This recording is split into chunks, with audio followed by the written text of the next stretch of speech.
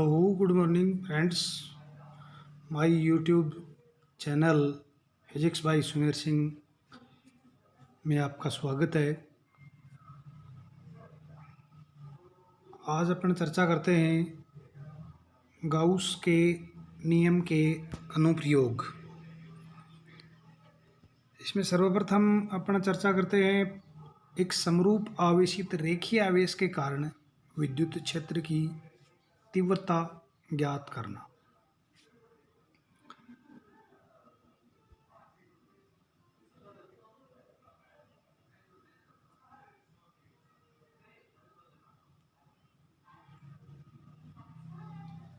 जैसा कि चित्र में दर्शाया है कि हमारे पास एक अनंत लंबाई का एक रेखीय आवेश कागज के तल में स्थित है, जिस पर प्लस आवेश स्थित है और इसकी एकांक लंबाई पर जो आवेश की मात्रा स्थित है उसका मान हमारे पास, जिसको रेखीय आवेश घनत्व कहते हैं, जिसका मान है प्लस लैम्डा से दर्शाया गया है।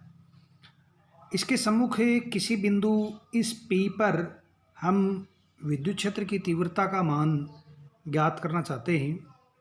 इस P को इस रेखीय तार के सम्मुख जब लंब डालते हैं तो ऊपर हमारे पास मिलता है, और P की जो दूरी है वो OP दूरी चित्र में दर्शाई गई है। ये जो OP दूरी है, इस दूरी का मान अपने पास है, जिसको मैंने R से डिनोट किया है। बिंदु O को मध्य बिंदु मानकर, इसको मध्य बिंदु मानते हुए हम दो सममित अल्पांश लेते हैं। एक अल्पांश अपने पास है A1 जो कि dl लंबाई का है, एक अल्पांश है A2 जो कि dl लंबाई का है। O से A1 की और O से A2 की जो दूरी है वो समान है। इस प्रकार दो सममित अल्पांश एक बिंदु A1 पर और एक बिंदु A2 पर लेते हैं। दोनों सममित अल्पांशों के कारण जो विद्युत क्षेत्र ज्ञात करते हैं, उस विद्युत क्षेत्र का जो हमारे पास मान आता है वो एक आता है DE1 और एक आता है DE2, जो कि A1 से P के अनुदिश और A2 से P के अनुदिश प्राप्त होता है। इन दोनों का परिमाण समान होगा, क्योंकि हमारे पास dl दोनों A1 और A2 पर जो अल्पांश हैं उन पर आवेश की मात्रा समान है। A1 से P और A2 से P की दूरी समान होने के कारण यहाँ विद्युत क्षेत्र DE1 और DE2 परिमाण में दोनों समान होंगे हमारे पास। बिंदु P पर जब इनको घटकों के रूप में वियोजित करते हैं तो हमारे पास वियोजन करने पर एक घटक प्राप्त होता है जो कि क्षैतिज घटक कहलाता है DE1 कोस अल्फा व DE2 कोस अल्फा, जो कि तार की लंबाई के लंबवत OP के अनुदिश प्राप्त होते हैं।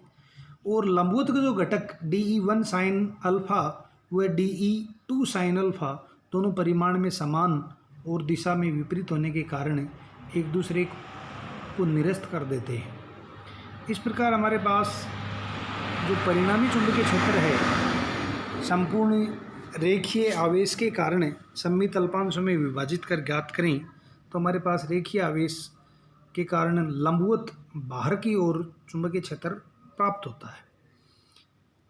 इसकी गणना के लिए हम एक यहाँ R त्रिज्या और H ऊंचाई का एक बेलनाकार गाउसीय बंद पृष्ठ की कल्पना करते हैं। जैसा कि चित्र में दर्शाया गया है, यहाँ ये ऊंचाई अपने पास H है और यहाँ ये जो दूरी दिखाई है, ये जो दूरी है ये R है, और ये जो बेलनाकार पृष्ठ है इस पर बिंदु P हम लेते हैं। इस P पर एक अल्पांश लेते हैं जिसका क्षेत्रफल अपने पास ds है, जिसका दिशा होगी क्षेत्रफल अल्पांश की वो अपने पास त्रिज्यवत होगी।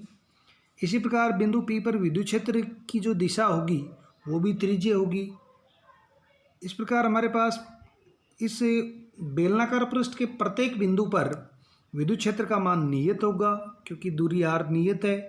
देन E और ds की दिशा प्रत्येक बिंदु पर हमारे पास है समान होगी। इस गाउसीय पृष्ठ के द्वारा जो परिबद्ध आवेश का जो मान होगा उस परिबद्ध, क्योंकि हमारे पास एकांक लंबाई पर आवेश का मान सिग्मा है, इसलिए यहाँ हमारे पास इसका जो इस बंद पृष्ठ के द्वारा परिबद्ध आवेश का मान होगा उसका मान होगा हमारे पास लैम्डा h के बराबर होगा। गाउस का नियम लागू करें तो बंद पृष्ठ के लिए integration E dot D S का मान परिबद्ध आवेश लैम्डा h अपॉन एप्सिलॉन 0 होगा। इस गाउसीय पृष्ठ को जब हम तोड़ते हैं तो 3 भागों में मान सकते हैं, एक वर्ताकार पृष्ठ S1, एक वर्ताकार पृष्ठ S2 और एक हमारे पास वक्राकार पृष्ठ है जो होगा वो होगा S3। इस प्रकार S1 S2 जो S1 को वक्राकार माना है, बेलनाकार माना है, जिस पर E और ds की दिशा समान है, E का मान नियत है। वर्ताकार जो ऊपर नीचे के पृष्ठ S2 और S3 हैं, इन पर E और ds की दिशा लंबवत होने होगी। जब डॉट प्रोडक्ट खोलते हैं तो हमारे पास S2 और S3 से जो फ्लक्स पास होगा उसका मान होगा 0, S1 से पास होगा integration E dot D S cos 0 equals to lambda h upon epsilon 0 प्राप्त होता है। इसका जब E का मान चूँकि नियत है इसलिए इसको जब E नियत मानते हुए बाहर निकालें तो हमारे पास यहाँ इंटीग्रेशन से E को मुक्त कर दिया गया, integration D S equals to lambda h upon epsilon 0। Integration D S किसको व्यक्त करता है? बेलनाकार पृष्ठ के क्षेत्रफल को व्यक्त करता है, जिसकी वैल्यू हमारे पास आएगी 2 पाई RH पुट कर दी। और आगे जब इसको सॉल्व करते हैं हम तो हमारे पास प्राप्त होता है E equals to 1 upon 2 pi epsilon 0 lambda upon r, सदिश रूप में व्यक्त किया है। यदि इसको सदिश रूप में व्यक्त करते हैं हम तो r कैप से मल्टीप्लाई कर देते हैं, क्योंकि r कैप हमारे पास त्रिज्य सदिश है जो विद्युत क्षेत्र सदिश की दिशा को व्यक्त करता है। यदि नीचे इस इक्वेशन को ऊपर नीचे 2 पाई से मल्टीप्लाई कर दें तो हमारे पास k के रूप में प्राप्त हो जाता है, क्योंकि 1 अपॉन 4 पाई एप्सिलॉन 0 को अपन k लिखते हैं। तो शॉर्ट में हमारे पास E कोष्टक r का फलन है, ये वैल्यू होगी 2k lambda divide by r के इक्विवेलेंट होगी।